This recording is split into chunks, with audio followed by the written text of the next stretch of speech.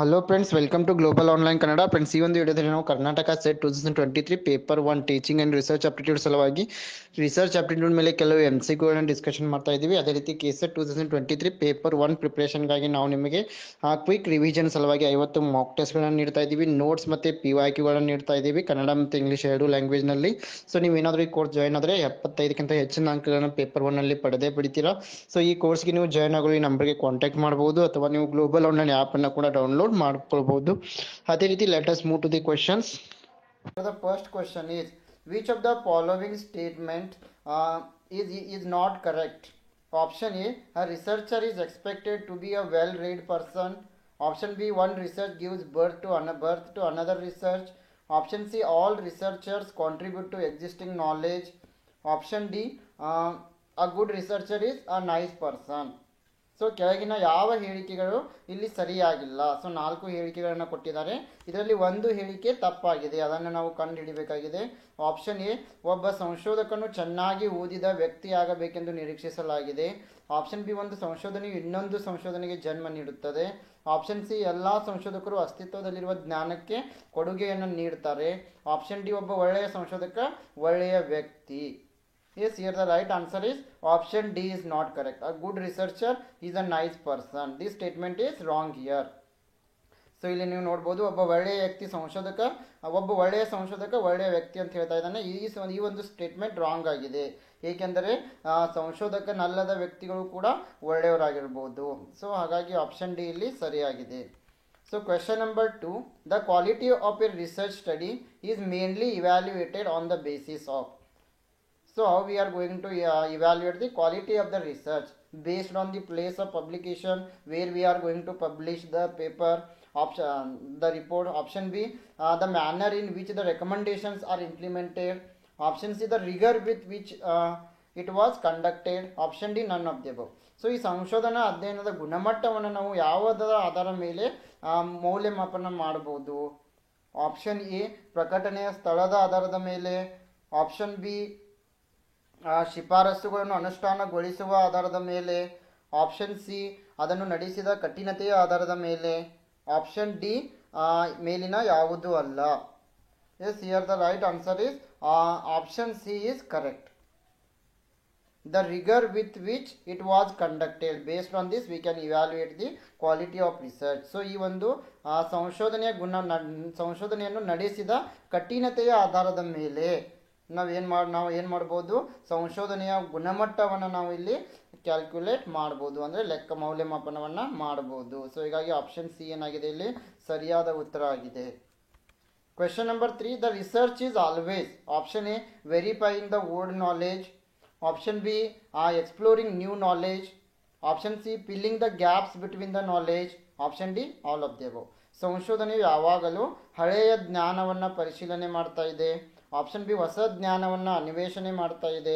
Option C, ಜ್ಞಾನದ ನಡುವಿನ ಅಂತರವನ್ನು ತುಂಬುತ್ತದೆ. ಆಪ್ಷನ್ ಡಿ, ಮೇಲಿನ ಎಲ್ಲ.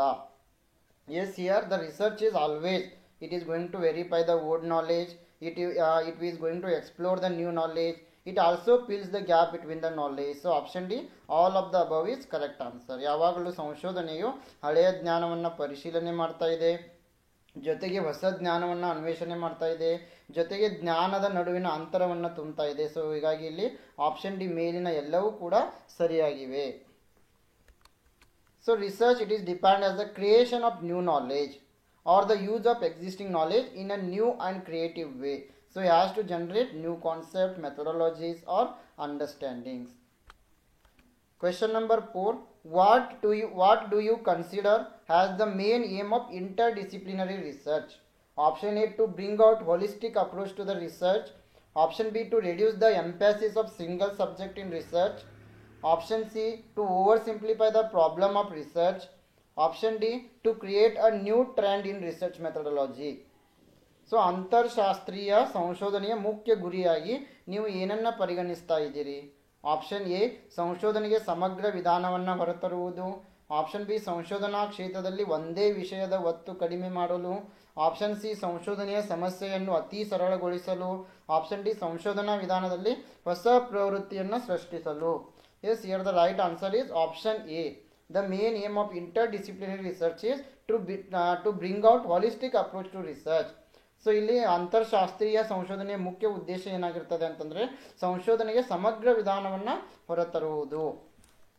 So the main objective of interdisciplinary research is to form a broad and inclusive understanding of a topic. This process is going to provide various perspectives and can often lead to unique intellectual discoveries. Question number 5. The experimental study is based on option A law of single variable, option B manipulation, option C both A and B, option D none of the above. ಪ್ರಾಯೋಗಿಕ ಅಧ್ಯಯನವು ಯಾವುದನ್ನು ಆಧರಿಸಿದೆ? Option A ಏಕ variable ಕಾನೂನು, option B ಕುಶಲತೆ, option C A ಮತ್ತು B ಎರಡು, option D ಮೇಲಿನ ಯಾವುದೂ ಅಲ್ಲ. Yes, here the right answer for this question is option C. The experimental study, it is based on law of single variable and also manipulation. So option C is correct answer, both A and B. ಪ್ರಾಯೋಗಿಕ ಅಧ್ಯಯನವು ಏಕ variable ಅನ್ನು ಆಧರಿಸಿದೆ ಮತ್ತು ಕುಶಲತೆಯನ್ನು ಆಧರಿಸಿದೆ. So ಹೀಗಾಗಿ option C A ಮತ್ತು B ಎರಡೂ ಆಗಿದೆ. Law of single variable and manipulation. So any research conducted under scientifically acceptable conditions uses experimental method. And the success of experimental studies hinges on researcher confirming the change of variable is based on manipulation of the constant variable. So the research is going to establish cause and effect relationship. Question number 6. Which of the following is not a characteristic of a researcher? Option A industrious and persistent, option B specialist rather than a generalist, option C objective, option D not versatile in his interest and even in his native abilities. ಕೆಳಗಿನವುಗಳಲ್ಲಿ ಯಾವುದು ಸಂಶೋಧಕರ ಲಕ್ಷಣವಲ್ಲ? Option A ಶ್ರಮಶೀಲ ಮತ್ತು ನಿರಂತರ, option B ಸಾಮಾನ್ಯವಾದಿಗಿಂತ ತಜ್ಞರು, option C ಉದ್ದೇಶ, option D ಅವನ ಆಸಕ್ತಿ ಮತ್ತು ಅವನ ಸ್ಥಳೀಯ ಸಾಮರ್ಥ್ಯಗಳಲ್ಲಿ ಬಹುಮುಖವಾಗಿಲ್ಲ. Yes, here the right answer for this question is option D. is not versatile in his interest and even in his native abilities. This is not a characteristic of a researcher. So ಇಲ್ಲಿ ಅವನ ಆಸಕ್ತಿ ಮತ್ತು ಅವನ ಸ್ಥಳೀಯ ಸಾಮರ್ಥ್ಯಗಳಲ್ಲಿ ಬಹುಮುಖವಾಗಿಲ್ಲ, ಇದು ಸಂಶೋಧಕರ ಲಕ್ಷಣ ಆಗಿಲ್ಲ. ಸೊ ಆಪ್ಷನ್ ಡಿ ಏನಾಗಿದೆ ಇಲ್ಲಿ ಸರಿಯಾಗಿದೆ. Question number 7. An important practical issue to consider while designing a research project is option A an interesting theoretical perspective, option B add to knowledge of researcher only, option C availability of time and other resources, option D none of the above. ಸಂಶೋಧನಾ ಯೋಜನೆಯನ್ನು ವಿನ್ಯಾಸಗೊಳಿಸುವಾಗ ಪರಿಗಣಿಸಬೇಕಾದ ಪ್ರಮುಖ ಪ್ರಾಯೋಗಿಕ ಸಮಸ್ಯೆ. Option A ಆಸಕ್ತಿದಾಯಕ ಸೈದ್ಧಾಂತಿಕ ದೃಷ್ಟಿಕೋನ, option B ಸಂಶೋಧಕರ ಜ್ಞಾನಕ್ಕೆ ಮಾತ್ರ ಸೇರಿಸಿ, ಆಪ್ಷನ್ ಸಿ ಸಮಯ ಮತ್ತು ಇತರ ಸಂಪನ್ಮೂಲಗಳ ಲಭ್ಯತೆ, ಆಪ್ಷನ್ ಡಿ ಮೇಲಿನ ಯಾವುದೂ ಅಲ್ಲ. Yes, here the right answer for this question is option C availability of time and other resources. ಸಮಯ ಮತ್ತು ಇತರ ಸಂಪನ್ಮೂಲಗಳ ಲಭ್ಯತೆ ಸರಿಯಾದ ಉತ್ತರ. Question number 8. Assertion is longer tests are more reliable than shorter ones. Reason is each item adds to test reliability. Which of the following is correct? A and R are correct. Only A is correct. Only R is correct. None of the A and R is correct. ಸಮರ್ಥನೆ ಏನು ಹೇಳ್ತಾ ಇದೆ? ಉದ್ದವಾದ ಪರೀಕ್ಷೆಗಳು ಚಿಕ್ಕದಾದವುಗಳಿಗಿಂತ ಹೆಚ್ಚು ವಿಶ್ವಾಸಾರ್ಹವಾಗಿರುತ್ತವೆ. ಕಾರಣ ಪ್ರತಿಯೊಂದು item ಪರೀಕ್ಷೆಯ ವಿಶ್ವಾಸಾರ್ಹತೆಗೆ ಸೇರಿಸುತ್ತದೆ. ಕೆಳಗಿನವುಗಳಲ್ಲಿ ಯಾವುದು ಸರಿಯಾಗಿದೆ? ಆಪ್ಷನ್ ಎ ಮತ್ತು ಆರ್ ಎರಡೂ ಸರಿಯಾಗಿವೆ, ಆಪ್ಷನ್ ಬಿ ಎ ಮಾತ್ರ ಸರಿಯಾಗಿದೆ, ಆಪ್ಷನ್ ಸಿ ಆರ್ ಮಾತ್ರ ಸರಿಯಾಗಿದೆ, ಆಪ್ಷನ್ ಡಿ ಎ ಮತ್ತು ಆರ್ ಯಾವುದೂ ಸರಿಯಾಗಿಲ್ಲ. Here the right answer is option A only A is correct. ಇಲ್ಲಿ ಎ ಮಾತ್ರ ಸರಿಯಾಗಿದೆ. Longer tests are more reliable than shorter ones. This statement is correct. Question number 9. Which of the following variables is continuous? Option A attitude towards school, option B family size in a locality, option C marital status of college students, option D religious affiliation of workers. ಕೆಳಗಿನ ಅಸ್ಥಿರಗಳಲ್ಲಿ ಯಾವುದು ನಿರಂತರವಾಗಿರುತ್ತದೆ? Option A ಶಾಲೆಯ ಕಡೆಗೆ ವರ್ತನೆ, option B ಒಂದು ಪ್ರದೇಶದಲ್ಲಿ ಕುಟುಂಬದ ಗಾತ್ರ, ಆಪ್ಷನ್ ಸಿ ಕಾಲೇಜು ವಿದ್ಯಾರ್ಥಿಗಳ ವೈವಾಹಿಕ ಸ್ಥಿತಿ, ಆಪ್ಷನ್ ಡಿ ಕಾರ್ಮಿಕರ ಧಾರ್ಮಿಕ ಸಂಬಂಧ. The right answer for this question is option D religious affiliation of workers, ಕಾರ್ಮಿಕರ ಧಾರ್ಮಿಕ ಸಂಬಂಧ. Question number 10, where is the National Geophysical Research Institute is located? So National Geophysical Research Institute ಎಲ್ಲಿದೆ? Option A Jamshedpur, option B Hyderabad, option C Mumbai, option D Jaipur. The right answer is option B, Hyderabad. So National Geophysical Research Institute, NGRI, it is a constituent research laboratory of the Council of Scientific and Industrial Research. It was established in 1961. So the research areas of this institute are groundwater management, artificial recharge, pollutants, natural hazards, earthquake, tsunami, etc. Question number 11. What is the aim of educational research? Option A, identifying major problems that need to be solved. Option B, searching for the new facts and principles underlying the process of education. Option C, identifying the aims of education. Option D, identifying the values that need to be inculcated in the pupils. ಶೈಕ್ಷಣಿಕ ಸಂಶೋಧನೆಯ ಗುರಿ ಏನು? Option A, ಪರಿಹರಿಸಬೇಕಾದ ಪ್ರಮುಖ ಸಮಸ್ಯೆಗಳನ್ನು ಗುರುತಿಸುವುದು. Option B, ಶಿಕ್ಷಣದ ಪ್ರಕ್ರಿಯೆಗೆ ಆಧಾರವಾಗಿರುವ ಹೊಸ ಸಂಗತಿಗಳು ಮತ್ತು ತತ್ವಗಳನ್ನು ಹುಡುಕುವುದು. ಆಪ್ಷನ್ ಸಿ, ಶಿಕ್ಷಣದ ಗುರಿಗಳನ್ನು ಗುರುತಿಸುವುದು. ಆಪ್ಷನ್ ಡಿ, ವಿದ್ಯಾರ್ಥಿಗಳಲ್ಲಿ ಅಳವಡಿಸಬೇಕಾದ ಮೌಲ್ಯಗಳನ್ನು ಗುರುತಿಸುವುದು. The right answer is option B. The main aim of educational research is searching for the new facts and principles underlying the process of education. ಶೈಕ್ಷಣಿಕ ಸಂಶೋಧನೆಯ ಗುರಿ ಶಿಕ್ಷಣದ ಪ್ರಕ್ರಿಯೆಯ ಆಧಾರವಾಗಿರುವ ಹೊಸ ಸಂಗತಿಗಳು ಮತ್ತು ತತ್ವಗಳನ್ನು ಹುಡುಕುವುದು. So educational research applies the scientific method for the systematic study of educational situations. Question number 12. Reorganize the following steps of descriptive research in a correct sequence. Option A, collection of and processing of data. Option B, interpretation of results. Option C, identification of a problem. Option D, drawing conclusions. E, drafting of the report. Formulation of hypothesis. So the right answer is option D. First one is C, identification of a problem. Then after this, F, drafting the formulation of hypothesis. Then A, collection and processing of data. Then B, interpretation of results. Then drawing conclusions. At the end, drafting of the report. So ವಿವರಣಾತ್ಮಕ ಸಂಶೋಧನೆಗಳನ್ನು ಕೆಳಗಿನ ಹಂತಗಳನ್ನು ನೀಡಲಾಗಿದೆ, ಅನುಕ್ರಮವಾಗಿ ಸಂಘಟಿಸಬೇಕಾಗಿದೆ. ಇಲ್ಲಿ option D ಸರಿಯಾಗಿದೆ. ಮೊದಲಿಗೆ ಸಮಸ್ಯೆಯನ್ನು ಗುರುತಿಸುವುದು, ನಂತರ ಊಹೆಯ ಸೂತ್ರೀಕರಣ, ಅದಾದಮೇಲೆ ಡೇಟಾ ಸಂಗ್ರಹಣೆ ಮತ್ತು ಪ್ರಕ್ರಿಯೆ, ನಂತರ ಫಲಿತಾಂಶಗಳ ವ್ಯಾಖ್ಯಾನ, ಆ ನಂತರ ತೀರ್ಮಾನಗಳನ್ನು ರಚಿಸುವುದು, ಕೊನೆಗೆ ವರದಿಯ ಕರಡು ರಚನೆ. So option D is right. Question number 13. Which of the following is the first step in starting the research process? Option A, searching sources of information. Option B, survey of related literature.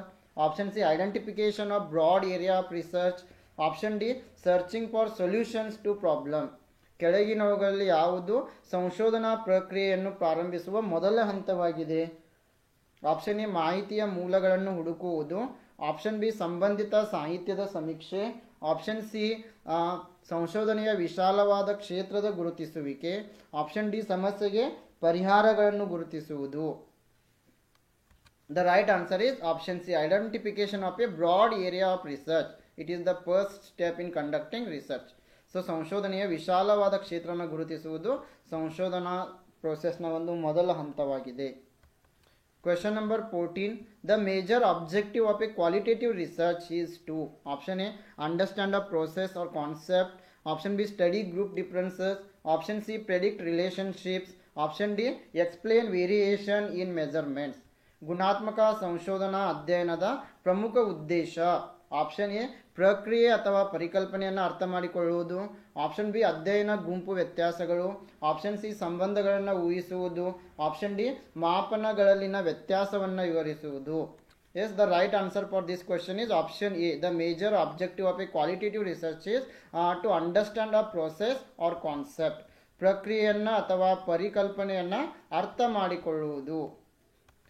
Qualitative research, it is a type of research that is going to explore and provide deeper insights into real world problems. Question number 15. IRB, it is an acronym for which of the following? IRBಯ ಸಂಕ್ಷಿಪ್ತ ರೂಪ. Option A internal review board, option B institutional rating board, option C institutional review board, option D internal request board. The right answer for this question is option C, institutional review board. IRB stands for institutional review board. The institutional review board, it is an administrative body established to protect the rights and welfare of human research. Question number 16, which of the following is not the method of research? Observation, historical, survey, philosophical. ಕೆಳಗಿನವುಗಳಲ್ಲಿ ಯಾವುದು ಸಂಶೋಧನಾ ವಿಧಾನವಲ್ಲ? ವೀಕ್ಷಣೆ, ಐತಿಹಾಸಿಕ, survey, ತಾತ್ವಿಕ. The correct answer is option A, observation. It is not A method of research. ವೀಕ್ಷಣೆ ಎಂಬುದು ಸಂಶೋಧನೆಯ ವಿಧಾನ ಆಗಿಲ್ಲ. Question number 17, the research is always. Option A, verifying the old knowledge, option B, exploring new knowledge, option C, filling the gap between knowledge, option D, all of the above. ಸಂಶೋಧನೆಯು ಯಾವಾಗಲೂ option A ಹಳೆಯ ಜ್ಞಾನವನ್ನು ಪರಿಶೀಲನೆ ಮಾಡ್ತಾ ಇದೆ, option B ಹೊಸ ಜ್ಞಾನವನ್ನು ಅನ್ವೇಷಣೆ ಮಾಡ್ತಾ ಇದೆ, ಆಪ್ಷನ್ ಸಿ ಜ್ಞಾನದ ನಡುವಿನ ಅಂತರವನ್ನು ತುಂಬುವುದು, ಆಪ್ಷನ್ ಡಿ ಇವೆಲ್ಲವೂ. The right answer is option D, all of the above is correct. ಇವೆಲ್ಲವೂ ಕೂಡ ಸರಿಯಾಗಿವೆ.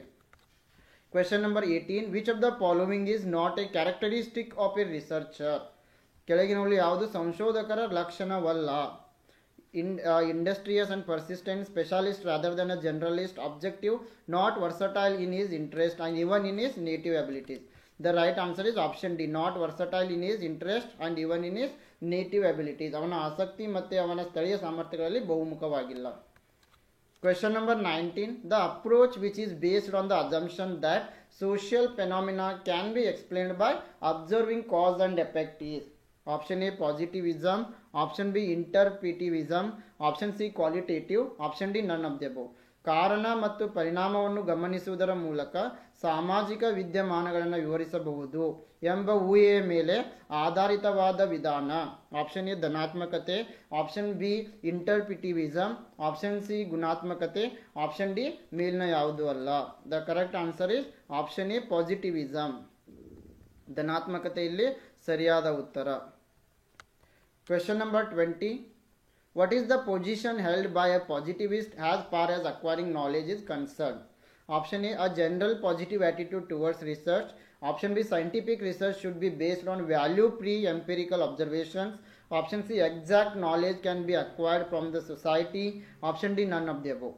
ಜ್ಞಾನವನ್ನು ಪಡೆದುಕೊಳ್ಳುವ ಮಟ್ಟಿಗೆ ಧನಾತ್ಮಕವಾದಿ ಹೊಂದಿರುವ ಸ್ಥಾನ. ಆಪ್ಷನ್ ಎ ಸಂಶೋಧನೆ ಬಗ್ಗೆ ಸಾಮಾನ್ಯ ಧನಾತ್ಮಕ ವರ್ತನೆ.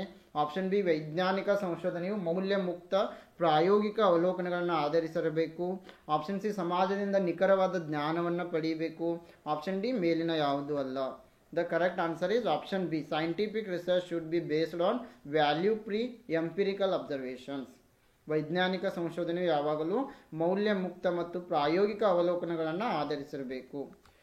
So question number 1, which of the following research specifically requires objectivity to discover facts and causes from the data gathered? Option A, quantitative research. Option B, fundamental research. Option C, qualitative research. Option D, action research. ಈ ಕೆಳಗಿನ ಯಾವ ಸಂಶೋಧನೆಗೆ ನಿರ್ದಿಷ್ಟವಾದ ಉದ್ದೇಶಕ್ಕಾಗಿ ಸಂಗ್ರಹಿಸಲಾದ ಡೇಟಾದಿಂದ ಸತ್ಯ ಮತ್ತು ಕಾರಣಗಳನ್ನು ಕಂಡುಹಿಡಿಯಲು ವಸ್ತುನಿಷ್ಠತೆಯ ಅಗತ್ಯವಿದೆ? ಆಪ್ಷನ್ ಎ ಪರಿಮಾಣಾತ್ಮಕ ಸಂಶೋಧನೆ, ಆಪ್ಷನ್ ಬಿ ಮೂಲಭೂತ ಸಂಶೋಧನೆ, ಆಪ್ಷನ್ ಸಿ ಗುಣಾತ್ಮಕ ಸಂಶೋಧನೆ, ಆಪ್ಷನ್ ಡಿ ಕ್ರಿಯಾ ಸಂಶೋಧನೆ. Yes, here the right answer for this question is option A quantitative research. ಪರಿಮಾಣಾತ್ಮಕ ಸಂಶೋಧನೆ ಇಲ್ಲಿ ಸರಿಯಾಗಿದೆ. Quantitative research, it is the process of collecting and analyzing numerical data. It can be used to find patterns, averages, make predictions, test causal relations, etc. So question number 2, qualitative research is option A without any specific purpose, option B primarily concerned with in-depth exploration of phenomena, option C deals with the collection and analysis of non numerical data, option D none of the above. ಗುಣಾತ್ಮಕ ಸಂಶೋಧನೆ ಅಂತಂದರೆ option A ಯಾವುದೇ ನಿರ್ದಿಷ್ಟ ಉದ್ದೇಶವಿಲ್ಲ, option B ಪ್ರಾಥಮಿಕವಾಗಿ ವಿದ್ಯಮಾನಗಳ ಆಳವಾದ ಅನ್ವೇಷಣೆಗೆ ಸಂಬಂಧಿಸಿದೆ, option C ಸಂಖ್ಯಾತ್ಮಕ ಡೇಟಾದ ಸಂಗ್ರಹಣೆ ಮತ್ತು ವಿಶ್ಲೇಷಣೆಯೊಂದಿಗೆ ವ್ಯವಹರಿಸುತ್ತದೆ, ಆಪ್ಷನ್ ಡಿ ಮೇಲಿನ ಯಾವುದೂ ಅಲ್ಲ. The right answer is option C, qualitative research is dealing with the collection and analysis of non-numerical data. ಗುಣಾತ್ಮಕ ಸಂಶೋಧನೆಯು ಸಂಖ್ಯಾತ್ಮಕವಲ್ಲದ ಡೇಟಾದ ಸಂಗ್ರಹಣೆ ಮತ್ತು ವಿಶ್ಲೇಷಣೆಗೆ ಸಂಬಂಧಿಸಿದೆ. ಸಂಖ್ಯಾತ್ಮಕವಲ್ಲದೆ ಅಂತಂದರೆ ಯಾವ ಅಂಕಿ ಸಂಖ್ಯೆಗಳನ್ನು ನಾವು ಈ ಒಂದು ನಂಬರ್ಗಳಲ್ಲಿ ಎಕ್ಸ್ಪ್ರೆಸ್ ಮಾಡಲು ಸಾಧ್ಯವಿಲ್ಲ. ಆ್ಯಟಿಟ್ಯೂಡ್ ಆಗಿರ್ಬೋದು, ವರ್ತನೆ ಆಗಿರ್ಬೋದು. So qualitative research it is a type of research that aims to gather and analyze non-numerical data in order to gain understanding of individuals' social reality, including understanding their attitudes, beliefs, motivation. Question number 3. The important prerequisites of a research in science, social science and humanities are ವಿಜ್ಞಾನ, ಸಮಾಜ ವಿಜ್ಞಾನ ಮತ್ತು ಮಾನವಿಕ ವಿಷಯಗಳಲ್ಲಿನ ಸಂಶೋಧನೆಯ ಪ್ರಮುಖ ಪೂರ್ವಾಪೇಕ್ಷಿತಗಳು. So 4 ಆಪ್ಷನ್ಗಳನ್ನು ಇಲ್ಲಿ ನೀಡಿದ್ದಾರೆ. The right answer is option C. Archives, supervisor, topic and flexibility in thinking. So archive ಮೇಲ್ವಿಚಾರಕರು, ವಿಷಯ ಮತ್ತು ಆಲೋಚನೆಯಲ್ಲಿ ನಂಬಿಕೆ. ಸೊ ಆಪ್ಷನ್ ಸಿ ಇಲ್ಲಿ ಸರಿಯಾಗಿದೆ. Question number 4. Action research is option A an applied research, option B a research carried out to solve immediate problems, option C a longitudinal research, option D simulative research. ಕ್ರಿಯಾ ಸಂಶೋಧನೆಯ ಒಂದು option A ಅನ್ವಯಿಕ ಸಂಶೋಧನೆಯಾಗಿದೆ, option B ತಕ್ಷಣದ ಸಮಸ್ಯೆಗಳನ್ನು ಪರಿಹರಿಸಲು ನಡೆಸಿದ ಒಂದು ಸಂಶೋಧನೆಯಾಗಿದೆ, ಆಪ್ಷನ್ ಸಿ ಒಂದು ಉದ್ದದ ಸಂಶೋಧನೆಯಾಗಿದೆ, ಆಪ್ಷನ್ ಡಿ ಸಿಮ್ಯುಲೇಟಿವ್ ಸಂಶೋಧನೆಯಾಗಿದೆ. Yes, here the right answer for this question is option B, a research carried out to solve immediate problems. So ತಕ್ಷಣದ ಸಮಸ್ಯೆಗಳನ್ನು ಪರಿಹರಿಸಲು ಕೈಗೊಂಡ ಒಂದು ಸಂಶೋಧನೆಗೆ ನಾವು ಕ್ರಿಯಾ ಸಂಶೋಧನೆ ಅಂತ ಕರಿತೀವಿ. So action research it is focused on solving a problem or informing individual or community. Question number 5. The term phenomenology is associated with the process of option A qualitative research, option B analysis of variance, option C correlational study, option D probability sampling. ಫೆನಾಮೆನಾಲಜಿ ಎಂಬ ಪದವು ಯಾವ ಪ್ರಕ್ರಿಯೆಯೊಂದಿಗೆ ಸಂಬಂಧಿಸಿದೆ? Option A ಗುಣಾತ್ಮಕ ಸಂಶೋಧನೆ, option B ವ್ಯತ್ಯಾಸದ ವಿಶ್ಲೇಷಣೆ, option C ಪರಸ್ಪರ ಸಂಬಂಧದ ಅಧ್ಯಯನ, ಆಪ್ಷನ್ ಡಿ ಸಂಭವನೀಯತೆಯ ಮಾದರಿ. Yes, the right answer for this question is option A qualitative research, ಗುಣಾತ್ಮಕ ಸಂಶೋಧನೆ. Question number 6. When a researcher starts with the dependent variable and moves backwards, it is called option A predictive research, option B retrospective research, option C exploratory research, option D descriptive research. ಸಂಶೋಧಕರು ಅವಲಂಬಿತ ವೇರಿಯೇಬಲ್ನೊಂದಿಗೆ ಪ್ರಾರಂಭಿಸಿದಾಗ ಮತ್ತು ಹಿಂದಕ್ಕೆ ಚಲಿಸಿದಾಗ ಅದನ್ನು ಏನಂತ ಕರಿತೀವಿ? Yes, descriptive research. Option D is the right answer. Yes, descriptive research aims to accurately and systematically describe a population, situation or phenomena. It can answer what, where, when and how questions, but not why. Question number 7. Which research paradigm is based on the pragmatic view of reality? Quantitative research, qualitative research, mixed research, none of the above. ಯಾವ ಸಂಶೋಧನಾ ಮಾದರಿಯು ವಾಸ್ತವದ ಪ್ರಾಯೋಗಿಕ ದೃಷ್ಟಿಕೋನವನ್ನು ಆಧರಿಸಿದೆ? Option A ಪರಿಮಾಣಾತ್ಮಕ ಸಂಶೋಧನೆ, option B ಗುಣಾತ್ಮಕ ಸಂಶೋಧನೆ, ಆಪ್ಷನ್ ಸಿ ಮಿಶ್ರ ಸಂಶೋಧನೆ, ಆಪ್ಷನ್ ಡಿ ಮೇಲಿನ ಯಾವುದೂ ಅಲ್ಲ. The right answer is option A qualitative research, ಗುಣಾತ್ಮಕ ಸಂಶೋಧನೆ. Qualitative research, it is a type of research that explores and provides deeper insights into real world problems. Question number 8. Which of the following best describes quantitative research? Option A the collection of non-numerical data, option B an attempt to confirm the researcher's hypothesis, option C a research that is exploratory, option D research that attempts to generate a new theory. So ಕೆಳಗಿನಲ್ಲಿ ಯಾವುದು ಪರಿಮಾಣಾತ್ಮಕ ಸಂಶೋಧನೆಯನ್ನು ಉತ್ತಮವಾಗಿ ವಿವರಿಸುತ್ತದೆ? The right answer is option D, research that attempts to generate a new theory. ಹೊಸ ಸಿದ್ಧಾಂತವನ್ನು ರಚಿಸಲು ಪ್ರಯತ್ನಿಸುವ ಒಂದು ಸಂಶೋಧನೆಯಾಗಿದೆ. Question number 9. Which type of research is likely to provide the strongest evidence about the existence of cause and effect relationship? Non-experimental research, experimental research, historical research, none of the above. ಯಾವ ರೀತಿಯ ಸಂಶೋಧನೆಯು ಕಾರಣ ಮತ್ತು ಪರಿಣಾಮದ ಸಂಬಂಧಗಳ ಅಸ್ತಿತ್ವದ ಬಗ್ಗೆ ಬಲವಾದ ಪುರಾವೆಗಳನ್ನು ಒದಗಿಸುವ ಸಾಧ್ಯತೆ ಇದೆ? ಪ್ರಾಯೋಗಿಕವಲ್ಲದ ಸಂಶೋಧನೆ, ಪ್ರಾಯೋಗಿಕ ಸಂಶೋಧನೆ, ಐತಿಹಾಸಿಕ ಸಂಶೋಧನೆ, ಮೇಲಿನ ಯಾವುದೂ ಅಲ್ಲ. The right answer is option D, none of the above. Question number 10. Which research method is most appropriate if a researcher is looking for a causal relationship? Experimental method, case study, correlational study, naturalistic observation. ಸಂಶೋಧಕರು ಸಾಂದರ್ಭಿಕ ಸಂಬಂಧವನ್ನು ಹುಡುಕುತ್ತಿದ್ದರೆ ಯಾವ ಸಂಶೋಧನಾ ವಿಧಾನ ಹೆಚ್ಚು ಸೂಕ್ತವಾಗಿದೆ? Option A ಪ್ರಾಯೋಗಿಕ ವಿಧಾನ, option B case study, option C ಪರಸ್ಪರ ಸಂಬಂಧದ ಅಧ್ಯಯನ, ಆಪ್ಷನ್ ಡಿ ನೈಸರ್ಗಿಕ ವೀಕ್ಷಣೆ.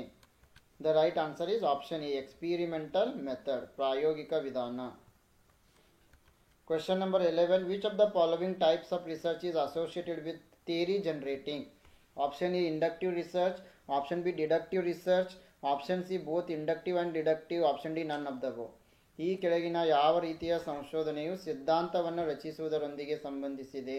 ಆಪ್ಷನ್ ಎ ಅನುಗಮನ ಸಂಶೋಧನೆ, ಆಪ್ಷನ್ ಬಿ ಅನುಮಾನಾತ್ಮಕ ಸಂಶೋಧನೆ, ಆಪ್ಷನ್ ಸಿ ಅನುಗಮನ ಮತ್ತು ಅನುಮಾನಾತ್ಮಕ ಎರಡೂ, ಆಪ್ಷನ್ ಡಿ ಮೇಲಿನ ಯಾವುದೂ ಅಲ್ಲ. The right answer is option B, deductive research, ಅನುಮಾನಾತ್ಮಕ ಸಂಶೋಧನೆ. So deductive research, it is a type of research in which the researcher starts with a theory, hypothesis or generalization and then tests it through observations and data collection. Question number 12. In a study of two variables, when one variable goes up as another goes down in value, it is known as positive correlation, no correlation, negative correlation, fluctuating correlation. ಎರಡು ವೇರಿಯೇಬಲ್ಗಳ ಅಧ್ಯಯನದಲ್ಲಿ ಒಂದು variable ಮೇಲಕ್ಕೆ ಹೋದಾಗ ಇನ್ನೊಂದು ವೇರಿಯೇಬಲ್ನ ಮೌಲ್ಯ ಕಡಿಮೆ ಆದರೆ ಇದನ್ನು ಏನಂತ ಕರಿತೀವಿ? ಧನಾತ್ಮಕ ಪರಸ್ಪರ ಸಂಬಂಧ, ಯಾವುದೇ ಪರಸ್ಪರ ಸಂಬಂಧವಿಲ್ಲ, ಋಣಾತ್ಮಕ ಸಂಬಂಧ, ಏರಿಳಿತದ ಪರಸ್ಪರ ಸಂಬಂಧ. Yes, the right answer for this question is option C, negative correlation. ಇದನ್ನು ನಾವು ಋಣಾತ್ಮಕ ಸಹ ಸಂಬಂಧ ಅಂತೀವಿ. So negative correlation, it is a relationship between two variables such that as the value of one variable increases, the other decreases. Question number 13. A researcher spent several years of observing social behavior of people in their native habitat. The research method used here is option A, case study, option B, experimental method, option C, correlational study, option D, naturalistic observation. ಸಂಶೋಧಕರು ತಮ್ಮ ಸ್ಥಳೀಯ ಆವಾಸ ಸ್ಥಾನದಲ್ಲಿರುವ ಜನರ ಸಾಮಾಜಿಕ ನಡವಳಿಕೆಯನ್ನು ವೀಕ್ಷಿಸಲು ಹಲವಾರು ವರ್ಷಗಳ ಕಾಲ ಕಳೆದರು. ಇಲ್ಲಿ ಬಳಸಲಾದ ಸಂಶೋಧನಾ ವಿಧಾನ option A case study, option B ಪ್ರಾಯೋಗಿಕ ವಿಧಾನ, ಆಪ್ಷನ್ ಸಿ ಪರಸ್ಪರ ಸಂಬಂಧದ ಅಧ್ಯಯನ, ಆಪ್ಷನ್ ಡಿ ನೈಸರ್ಗಿಕ ವೀಕ್ಷಣೆ. The right answer is option D, naturalistic observation, ನೈಸರ್ಗಿಕ ವೀಕ್ಷಣೆ. Question number 14. The main difference between basic research and applied research lies in basic process, sample size, utility, all of the above. ಮೂಲಭೂತ ಸಂಶೋಧನೆ ಮತ್ತು ಅನ್ವಯಿಕ ಸಂಶೋಧನೆ ನಡುವಿನ ಪ್ರಮುಖ ವ್ಯತ್ಯಾಸ. ಆಪ್ಷನ್ ಎ ಮೂಲ ಪ್ರಕ್ರಿಯೆ, ಆಪ್ಷನ್ ಬಿ ಮಾದರಿ ಗಾತ್ರ, ಆಪ್ಷನ್ ಸಿ ಉಪಯುಕ್ತತೆ, ಆಪ್ಷನ್ ಡಿ ಮೇಲಿನ ಎಲ್ಲ. The right answer is option B, sample size, ಮಾದರಿಯ ಗಾತ್ರ. Question number 15. The government of India conducts census after every 10 years. The method of research used in this process is case study, developmental, survey, experimental. Bharat ಸರ್ಕಾರ ಪ್ರತಿ 10 ವರ್ಷಗಳ ನಂತರ ಜನಗಣತಿಯನ್ನು ನಡೆಸುತ್ತದೆ. ಈ ಪ್ರಕ್ರಿಯೆಯಲ್ಲಿ ಬಳಸುವ ಸಂಶೋಧನಾ ವಿಧಾನ ಕೇಸ್ ಸ್ಟಡಿ, ಅಭಿವೃದ್ಧಿಶೀಲ ಸಮೀಕ್ಷೆ, ಪ್ರಾಯೋಗಿಕ. The right answer is option C, survey method, ಸಮೀಕ್ಷಾ ವಿಧಾನ. Question number 16. A paired experiment is one that takes place in real world, laboratory, both in real world and laboratory. Option D, naturalistic environment. ನೈಜ ಪ್ರಪಂಚ, ಕ್ಷೇತ್ರ ಪ್ರಯೋಗವು ನಡೆಯುವುದು. Option A ನೈಜ ಪ್ರಪಂಚ, option B ಪ್ರಯೋಗಾಲಯ, ಆಪ್ಷನ್ ಸಿ ನೈಜ ಪ್ರಪಂಚ ಮತ್ತು ಪ್ರಯೋಗಾಲಯ, ಆಪ್ಷನ್ ಡಿ ನೈಸರ್ಗಿಕ ಪರಿಸರ. The right answer is option B, laboratory. Field experiment is what takes place in laboratory. ಕ್ಷೇತ್ರ ಪ್ರಯೋಗವು ಪ್ರಯೋಗಾಲಯದಲ್ಲಿ ನಡೀತಾ ಇದೆ. Question number 17. Which of the following terms can be associated with research in social science? Option A, causal research, option B, empirical research, option C, correlational research, option D, all of the above. ಕೆಳಗಿನ ಯಾವ ಪದಗಳನ್ನು ಸಮಾಜ ವಿಜ್ಞಾನದಲ್ಲಿ ಸಂಶೋಧನೆಯೊಂದಿಗೆ ಸಂಯೋಜಿಸಬಹುದು? ಕಾರಣ ಸಂಶೋಧನೆ, ಪ್ರಾಯೋಗಿಕ ಸಂಶೋಧನೆ, ಪರಸ್ಪರ ಸಂಬಂಧ ಸಂಶೋಧನೆ, ಮೇಲಿನ ಎಲ್ಲ. The right answer is option A, castle research, ಕಾರಣ ಸಂಶೋಧನೆ. So causal research, it is also known as explanatory research. So it identifies the extent and nature of cause and effect relationship between two variables. Question number 18. Which type of research is likely to provide strongest evidence about the existence of cause and effect relationship? Non-experimental research, experimental research, historical research, none of the above. ಯಾವ ರೀತಿಯ ಸಂಶೋಧನೆಯು ಕಾರಣ ಮತ್ತು ಪರಿಣಾಮದ ಸಂಬಂಧಗಳ ಅಸ್ತಿತ್ವದ ಬಗ್ಗೆ ಬಲವಾದ ಪುರಾವೆಗಳನ್ನು ಒದಗಿಸುವ ಸಾಧ್ಯತೆ ಇದೆ? ಆಪ್ಷನ್ ಎ ಪ್ರಾಯೋಗಿಕವಲ್ಲದ ಸಂಶೋಧನೆ, ಆಪ್ಷನ್ ಬಿ ಪ್ರಾಯೋಗಿಕ ಸಂಶೋಧನೆ, ಆಪ್ಷನ್ ಸಿ ಐತಿಹಾಸಿಕ ಸಂಶೋಧನೆ, ಆಪ್ಷನ್ ಡಿ ಮೇಲಿನ ಯಾವುದು ಅಲ್ಲ. The right answer is option D, none of the above. Question number 19. Characteristics of the scientific method necessarily include lab experiments only, controlled observation, analysis of formulation, all of the above. ವೈಜ್ಞಾನಿಕ ವಿಧಾನದ ಗುಣಲಕ್ಷಣಗಳು ಅಗತ್ಯವಾಗಿ ಏನನ್ನು ಒಳಗೊಂಡಿವೆ? Lab ಪ್ರಯೋಗಗಳು, ನಿಯಂತ್ರಿತ ವೀಕ್ಷಣೆ, ವಿಶ್ಲೇಷಣೆಯ ಸೂತ್ರೀಕರಣ, ಮೇಲಿನ ಎಲ್ಲ. The right answer is option D, all of the above. ಮೇಲಿನ ಎಲ್ಲವೂ ಸರಿಯಾಗಿವೆ. Question number 20. A 9-year-old is taller than 7-year-old ones. It is an example of vertical study, cross-sectional studies, experimental studies, case studies. 9 ವರ್ಷದ ಮಗು 7 ವರ್ಷದ ವಯಸ್ಸಿನವರಿಗಿಂತ ಎತ್ತರವಾಗಿದೆ. ಇದು ಯಾವುದಕ್ಕೆ ಉದಾಹರಣೆ? ಲಂಬ ಅಧ್ಯಯನ, ಅಡ್ಡ ವಿಭಾಗದ ಅಧ್ಯಯನ, ಪ್ರಾಯೋಗಿಕ ಅಧ್ಯಯನ, case study. The right answer is, option B is right answer here. Cross-sectional studies. So here the first question is, which of the following is not the requirement of hypothesis? Option A, be based on facts. Option B, be conceivable. Option C, contradict the knowledge of nature. Option D, allow consequences to be deduced from it. ಕೆಳಗಿನವುಗಳಲ್ಲಿ ಯಾವುದು ಊಹೆಯ ಅವಶ್ಯಕತೆ ಇಲ್ಲ? Option A ಸತ್ಯಗಳನ್ನು ಆಧರಿಸುವುದು, option B ಕಲ್ಪಿತವಾಗಿರುವುದು, option C ಪ್ರಕೃತಿಯ ಜ್ಞಾನವನ್ನು ವಿರೋಧಿಸುವುದು, ಆಪ್ಷನ್ ಡಿ ಪರಿಣಾಮಗಳನ್ನು ಅದರಿಂದ ಕಳೆಯಲು ಅನುಮತಿಸುವುದು. Yes, here option C is correct answer. Contradict the knowledge of nature. This is not required in hypothesis. ಪ್ರಕೃತಿಯ ಜ್ಞಾನವನ್ನು ವಿರೋಧಿಸುವುದು ಊಹೆಯ ಅವಶ್ಯಕತೆ ಅಲ್ಲ. Question number 2. The objective of a research can be written. Option A, only in question form. Option B, only in statement form. Option C, both question and statement forms. Option D, in hypothetical form. ಸಂಶೋಧನೆಯ ಉದ್ದೇಶವನ್ನು ನಾವು ಯಾವ ರೂಪದಲ್ಲಿ ಬರೀಬಹುದು? Option A ಪ್ರಶ್ನೆಗಳ ರೂಪದಲ್ಲಿ ಮಾತ್ರ, option B ಹೇಳಿಕೆಯ ರೂಪದಲ್ಲಿ ಮಾತ್ರ, ಆಪ್ಷನ್ ಸಿ ಪ್ರಶ್ನೆ ಮತ್ತು ಹೇಳಿಕೆಯ ರೂಪಗಳು, ಆಪ್ಷನ್ ಡಿ ಕಾಲ್ಪನಿಕ ರೂಪದಲ್ಲಿ. Yes, here the right answer for this question is option B. Yes, objectives of the research we can write only in statement form. So ಹೇಳಿಕೆಯ ರೂಪದಲ್ಲಿ ನಾವು ಸಂಶೋಧನೆಯ ಉದ್ದೇಶಗಳನ್ನು ಬರೀಬೇಕು. Question number 3.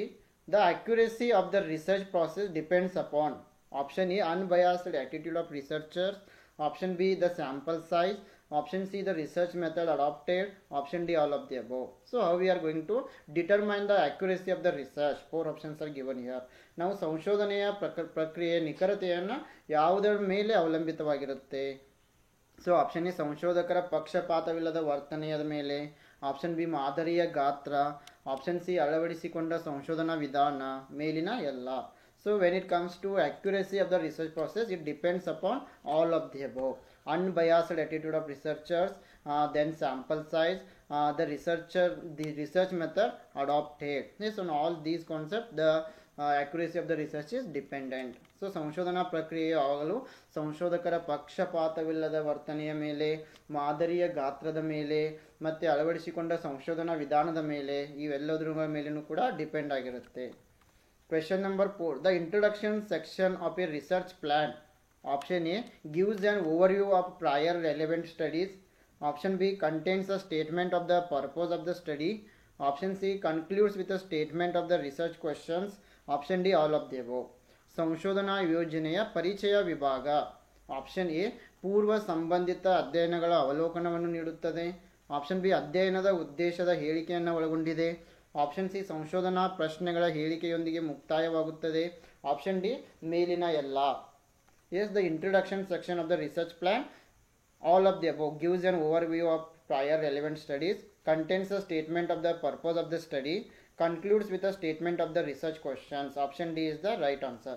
ಸಂಶೋಧನಾ ಯೋಜನೆಯ ಪರಿಚಯ ವಿಭಾಗ ಪೂರ್ವ ಸಂಬಂಧಿತ ಅಧ್ಯಯನಗಳ ಅವಲೋಕನವನ್ನು ನೀಡುತ್ತದೆ, ಅಧ್ಯಯನ ಉದ್ದೇಶದ ಹೇಳಿಕೆಯನ್ನು ಒಳಗೊಂಡಿದೆ, ಸಂಶೋಧನಾ ಪ್ರಶ್ನೆಗಳ ಹೇಳಿಕೆಯೊಂದಿಗೆ ಮುಕ್ತಾಯವಾಗುತ್ತದೆ. ಸೊ ಮೇಲಿನ ಎಲ್ಲವೂ ಕೂಡ ಇಲ್ಲಿ ಸರಿಯಾಗಿರೋದ್ರಿಂದ ಆಪ್ಷನ್ ಡಿ ಸರಿ ಉತ್ತರ ಆಗಿದೆ.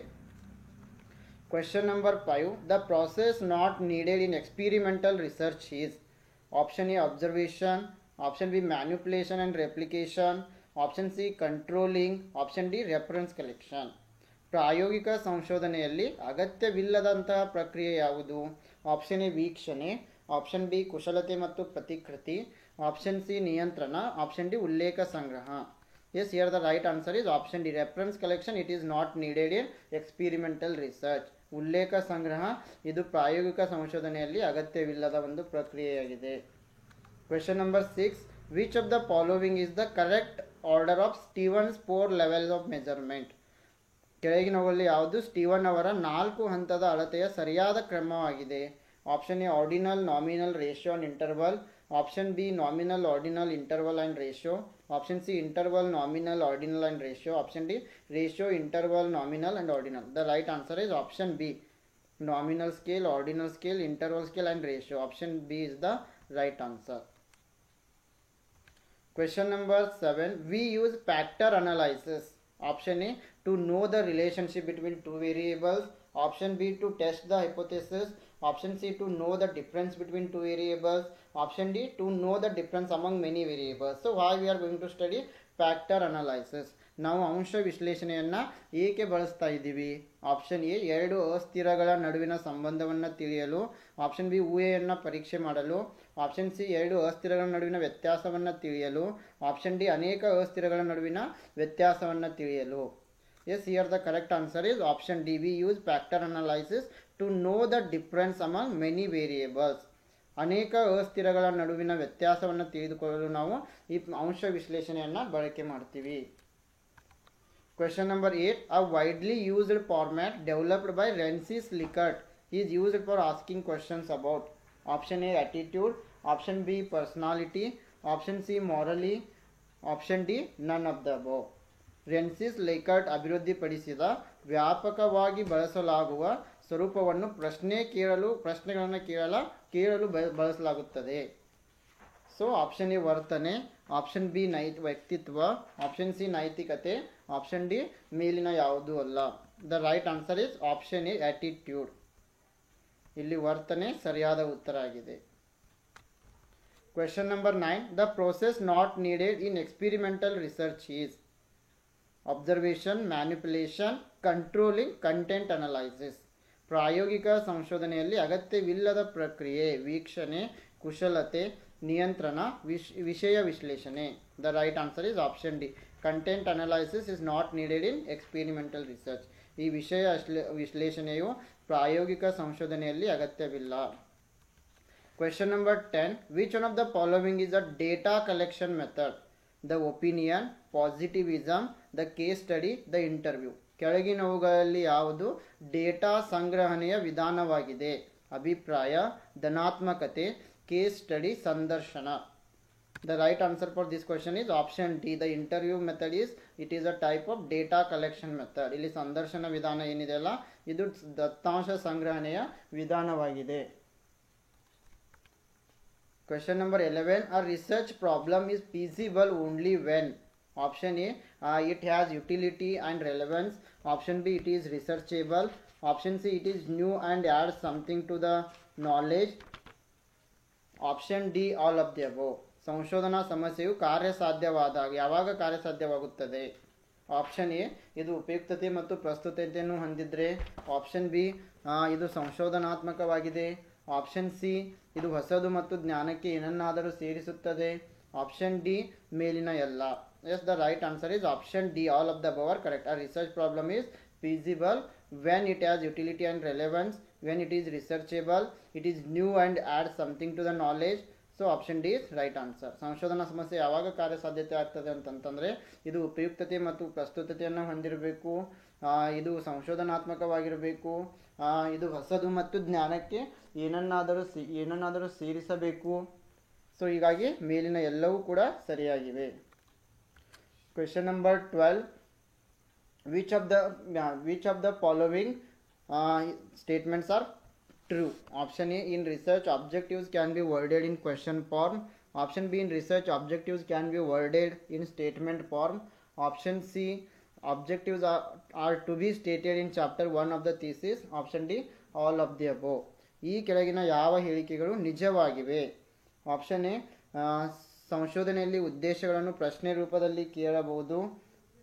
ಆಪ್ಷನ್ ಬಿ, ಸಂಶೋಧನೆಯಲ್ಲಿ ಉದ್ದೇಶಗಳನ್ನು ಹೇಳಿಕೆಯ ರೂಪದಲ್ಲಿ ಹೇಳಬಹುದು. ಆಪ್ಷನ್ ಸಿ, ಉದ್ದೇಶಗಳನ್ನು ಪ್ರಬಂಧದ ಅಧ್ಯಾಯ 1ರಲ್ಲಿ ಹೇಳಬೇಕು. ಆಪ್ಷನ್ ಡಿ, ಮೇಲಿನ ಎಲ್ಲ. Yes, here the right answer is option B is correct answer. In research, objectives can be worded in statement form. So, ಸಂಶೋಧನೆಯಲ್ಲಿ ಉದ್ದೇಶಗಳನ್ನು ಹೇಳಿಕೆಯ ರೂಪದಲ್ಲಿ ಹೇಳಬೇಕು. Question number 13. In the context of survey research, the following steps are taken in certain order. Which of the following options represents the correct order? Sampling, inference, data analysis, data collection. Yes, here the right answer is option B is correct. First one is sampling, then data collection, then data analysis, at the end inference. Question number 14. A satisfactory statistical quantitative method should not possess which one of the following qualities? Option A, appropriateness. Option B, measurability. Option C, comparability. Option D, flexibility. ತೃಪ್ತಿಕರವಾದ ಸಂಖ್ಯಾಶಾಸ್ತ್ರೀಯ ಪರಿಮಾಣಾತ್ಮಕ ವಿಧಾನವು ಈ ಕೆಳಗಿನ ಯಾವ ಗುಣಗಳನ್ನು ಹೊಂದಿರಬಾರದು? ಸೂಕ್ತತೆ, ಮಾಪನ ಸಾಮರ್ಥ್ಯ, ಹೋಲಿಕೆ, ನಮ್ಯತೆ. The right answer is option D, flexibility. ಇಲ್ಲಿ ನಮ್ಯತೆ ಸರಿಯಾಗಿದೆ. Question number 15. The accuracy of the research process depends upon. Option A, unbiased attitude of researchers. Option B, the sample size. Option C, the research method adapted. Option D, all of the above. ಸಂಶೋಧನಾ ಪ್ರಕ್ರಿಯೆಯ ನಿಖರತೆ ಏನನ್ನು ಅವಲಂಬಿಸಿರುತ್ತದೆ? Option A, ಸಂಶೋಧಕರ ಪಕ್ಷಪಾತವಿಲ್ಲದ ವರ್ತನೆ. Option B, ಮಾದರಿಯ ಗಾತ್ರ. Option C, ಅಳವಡಿಸಿಕೊಂಡ ಸಂಶೋಧನಾ ವಿಧಾನ. ಆಪ್ಷನ್ ಡಿ, ಮೇಲಿನ ಎಲ್ಲ. Yes, here the right answer is option D, all of the above is correct answer. ಮೇಲಿನ ಎಲ್ಲವೂ ಕೂಡ ಸರಿಯಾಗಿವೆ. Question number 16. Essential elements of good research is. Option A, a well formulated hypothesis. Option B, a good research supervisor. Option C, adequate library. Option D, a well formulated problem. ಉತ್ತಮ ಸಂಶೋಧನೆಯ ಅಗತ್ಯ ಅಂಶಗಳು. Option A, ಚೆನ್ನಾಗಿ ರೂಪಿಸಿದ ಊಹೆ. Option B, ಉತ್ತಮ ಸಂಶೋಧನಾ ಮೇಲ್ವಿಚಾರಕ. Option C, ಸಾಕಷ್ಟು ಗ್ರಂಥಾಲಯ. ಆಪ್ಷನ್ ಡಿ, ಚೆನ್ನಾಗಿ ರೂಪಿಸಿದ ಸಮಸ್ಯೆ. Yes, the right answer is option A. A good research elements are a well formulated hypothesis. ಉತ್ತಮ ಸಂಶೋಧನೆಯ ಅಗತ್ಯ ಅಂಶ ಚೆನ್ನಾಗಿ ರೂಪಿಸಿದ ಊಹೆ. Question number 17. The classification of studies into exploratory, descriptive, analytical and predictive research is based on logic of the research, outcome of the research, process of the research, purpose of the research. ಅಧ್ಯಯನಗಳ ವರ್ಗೀಕರಣವನ್ನು ಪರಿಶೋಧನಾತ್ಮಕ, ವಿವರಣಾತ್ಮಕ, ವಿಶ್ಲೇಷಣಾತ್ಮಕ, ಮುನ್ಸೂಚಕ ಸಂಶೋಧನೆಗೆ ಆಧರಿಸಿದೆ. ಯಾವುದರ ಆಧಾರದ ಮೇಲೆ ಇವುಗಳನ್ನು ವರ್ಗೀಕರಣ ಮಾಡ್ತಾ ಇದ್ದೀವಿ? ಸಂಶೋಧನೆಯ ಪ್ರಕಾರಗಳನ್ನು. ಆಪ್ಷನ್ ಎ, ಸಂಶೋಧನೆಯ ತರ್ಕ, ಸಂಶೋಧನೆಯ ಫಲಿತಾಂಶ, ಸಂಶೋಧನೆಯ ಪ್ರಕ್ರಿಯೆ, ಸಂಶೋಧನೆಯ ಉದ್ದೇಶ. The right answer is option B, outcome of the research, ಸಂಶೋಧನೆಯ ಫಲಿತಾಂಶ. Question number 18. What is the position held by a positivist as far as acquiring knowledge is concerned? Option A, general positive attitude towards research. Option B, scientific research should be based on value-free empirical observations. Option C, exact knowledge can be acquired from the society. Option D, none of the above. ಜ್ಞಾನವನ್ನು ಪಡೆದುಕೊಳ್ಳುವುದಕ್ಕೆ ಸಂಬಂಧಿಸಿದಂತೆ ಒಬ್ಬ positivist ಹೊಂದಿರುವ ಸ್ಥಾನ ಯಾವುದು? ಸಂಶೋಧನೆಯ ಬಗ್ಗೆ ಸಾಮಾನ್ಯ ಧನಾತ್ಮಕ ವರ್ತನೆ. ವೈಜ್ಞಾನಿಕ ಸಂಶೋಧನೆಯು ಮೌಲ್ಯ ಮುಕ್ತ ಪ್ರಾಯೋಗಿಕ ಅವಲೋಕನಗಳನ್ನು ಆಧರಿಸಿರಬೇಕು. ಸಮಾಜದಿಂದ ನಿಖರವಾದ ಜ್ಞಾನವನ್ನು ಪಡೆಯಬಹುದು. ಮೇಲಿನ ಯಾವುದು ಅಲ್ಲ. The right answer is option B, scientific research should be based on value free empirical observations. So ವೈಜ್ಞಾನಿಕ ಸಂಶೋಧನೆಯು ಮೌಲ್ಯ ಮುಕ್ತ ಪ್ರಾಯೋಗಿಕ ಅವಲೋಕನಗಳನ್ನು ಆಧರಿಸಿರಬೇಕು. Question number 19. An ontological question is usually about Option A, diagnosis of the medical problem.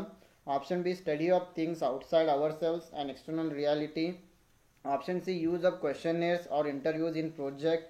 Option D, acceptable level of knowledge. ಆಂಟೋಲಾಜಿಕಲ್ ಪ್ರಶ್ನೆಯು ಸಾಮಾನ್ಯವಾಗಿ ಯಾವುದರ ಬಗ್ಗೆ ಇರುತ್ತೆ? ಆಪ್ಷನ್ ಎ ವೈದ್ಯಕೀಯ ಸಮಸ್ಯೆಯ ರೋಗ ನಿರ್ಣಯ, ಆಪ್ಷನ್ ಬಿ ನಮ್ಮ ಹೊರಗಿನ ವಸ್ತುಗಳ ಅಧ್ಯಯನ, ಆಪ್ಷನ್ ಸಿ ಯೋಜನೆಯಲ್ಲಿ ಪ್ರಶ್ನಾವಳಿಗಳು ಅಥವಾ ಸಂದರ್ಶನಗಳ ಬಳಕೆ, ಆಪ್ಷನ್ ಡಿ ಜ್ಞಾನದ ಸ್ವೀಕಾರದ ಮಟ್ಟ. The right answer is option B, study of things outside ourselves and external reality. ನಮ್ಮ ಹೊರಗಿನ ವಸ್ತುಗಳ ಅಧ್ಯಯನ ಅಥವಾ ಬಾಹ್ಯ ವಾಸ್ತವದ ಅಧ್ಯಯನ. Question number 20. A 9-year-old is taller than 7-year-old ones. It is an example of vertical studies, cross-sectional studies, experimental studies, case study. 9 ವರ್ಷದ ಮಗು 7 ವರ್ಷದ ಮಗು ವಯಸ್ಸಿನ ಮಗುವಿಗಿಂತ ಎತ್ತರವಾಗಿದೆ. ಇದು ಉದಾಹರಣೆಯಾಗಿದೆ. Vertical study, cross sectional study, experimental study, case study. The right answer is yes. You have to comment the right answer in the comment section. So ಸರಿಯಾದ ಉತ್ತರವನ್ನು ನೀವು ಕಮೆಂಟ್ ಮಾಡಬೇಕು. Wish all the best to all. Thank you.